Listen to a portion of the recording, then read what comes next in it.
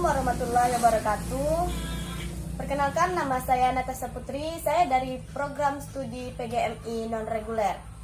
Baiklah, di sini saya akan menjelaskan tentang makhluk hidup.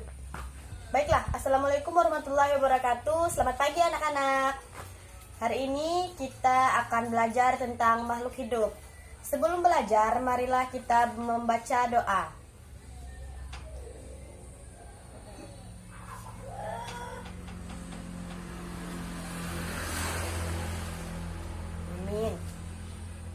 Semuanya masuk semua kan? Baiklah, Ibu akan mulai pembelajaran kita hari ini ya. Siapa di sini yang tahu ada berapa makhluk hidup di dunia ini? Benar, jawabannya ada 3 ya. Yang pertama, manusia, hewan, dan tumbuhan. Manusia itu yang seperti apa? Ya, seperti kita ini, kamu, dia. Manusia merupakan salah satu makhluk hidup di muka bumi yang selalu berdampingan dengan makhluk hidup lainnya. Jadi di dunia ini tidak hanya ada manusia ya, tetapi juga ada makhluk-makhluk lain seperti hewan dan tumbuhan. Baik, Ibu akan menjelaskan tentang makhluk hidup. Makhluk hidup merupakan suatu organisme yang memiliki kemampuan untuk bernapas, berpindah tempat, merespon perubahan diri dan lingkungannya. Makhluk hidup terbagi menjadi 3 kelompok yang berbeda, yaitu manusia, hewan, dan tumbuhan, seperti yang Ibu jelaskan sebelumnya. Dari ketiga jenis makhluk hidup tersebut, kehidupan saling berinteraksi antara satu sama lain. Seperti halnya manusia membutuhkan hewan untuk kebutuhan konsumsi, juga memerlukan tumbuhan untuk kebutuhan konsumsi. Manusia membutuhkan hewan untuk mengambil daging mereka untuk dikonsumsi, dan membutuhkan tumbuhan untuk menyerap oksigen agar kita bisa tetap hidup. Jika dilihat dari sudut pandang ilmu biologi, makhluk hidup atau organisme merupakan semua individu yang memiliki ciri-ciri kehidupan. Ciri-ciri kehidupan suatu makhluk antara lain bernapas, bergerak, peka terhadap rangsangan. Ciri-ciri kehidupan makhluk hidup antara lain bernapas. Bernapas dilakukan untuk agar kita dapat tetap hidup, menyerap oksigen dari tumbuhan yang ada di sekitar. Yang kedua, bergerak. Makhluk hidup dapat bergerak, seperti halnya manusia bisa berjalan, berlari, duduk, makan, minum, dan lain sebagainya.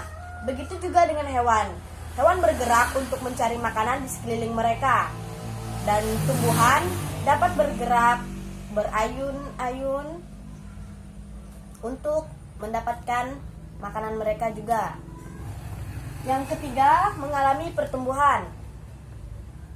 Manusia mengalami pertumbuhan dari bayi, anak kecil, remaja, dewasa, hingga lansia. Itu dinamakan dengan pertumbuhan.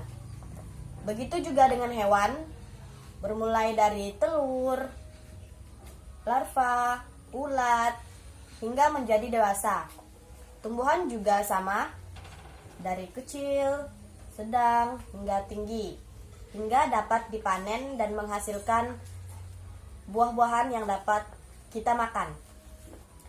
Yang keempat, berkembang biak. Manusia, hewan, dan tumbuhan dapat berkembang biak untuk melestarikan keturunan mereka.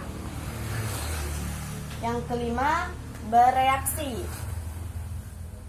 Manusia akan bereaksi. Salah satu contohnya, apabila manusia terkena terik panas matahari, mereka akan berteduh untuk menghindari sinar matahari tersebut agar kulit mereka tidak terbakar. Hewan juga sama. Ketika mereka melihat sesuatu yang membuat mereka merasa terancam, mereka akan berpindah tempat ke tempat yang lebih aman.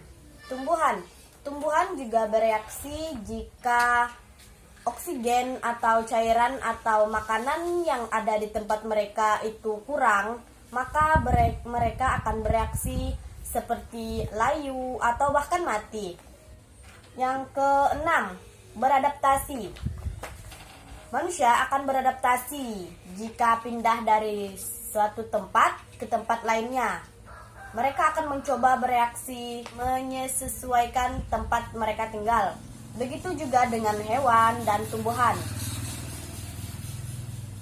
Tumbuhan akan bereaksi, seperti contohnya kaktus yang hanya hidup di gurun pasir dan tidak cocok hidup di perairan.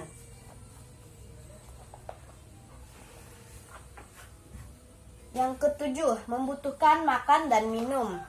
Jelas, ketiga makhluk tersebut memerlukan makan dan minum untuk memperoleh energi agar mereka bisa tetap hidup. Jika mereka tidak makan, maka tubuh mereka akan lemah, lemas, atau bahkan mati. Yang kedelapan, ekskresi. Makhluk hidup yang selalu memerlukan makanan untuk bertahan hidup sehingga selalu mengeluarkan sisa-sisa makanan melalui sistem ekskresi. Contohnya adalah tumbuhan yang pasti melepas oksigen. Kemudian pada hewan singa yang akan mengeluarkan air seni dan fases dari tubuhnya sebagai bahan buangan yang tidak diperlukan oleh tubuh. Seperti halnya manusia, jika mereka berlebihan makan atau minum, maka mereka akan mengalami sakit perut dan mereka membuang kotoran mereka agar tubuh mereka menjadi lebih sehat. Jika tidak dibuang, maka akan mengalami penyakit-penyakit tertentu. Baiklah anak-anak, mungkin Ibu rasa cukup sekian penjelasan dari Ibu. Kita akhiri pembelajaran hari ini dengan mengucap hamdalah. Alhamdulillahirabbil alamin. Mohon maaf jika ada kesalahan atau kata-kata yang Ibu lakukan. Ibu akhiri dengan wabillahi taufiq wal hidayah. Wassalamualaikum warahmatullahi wabarakatuh.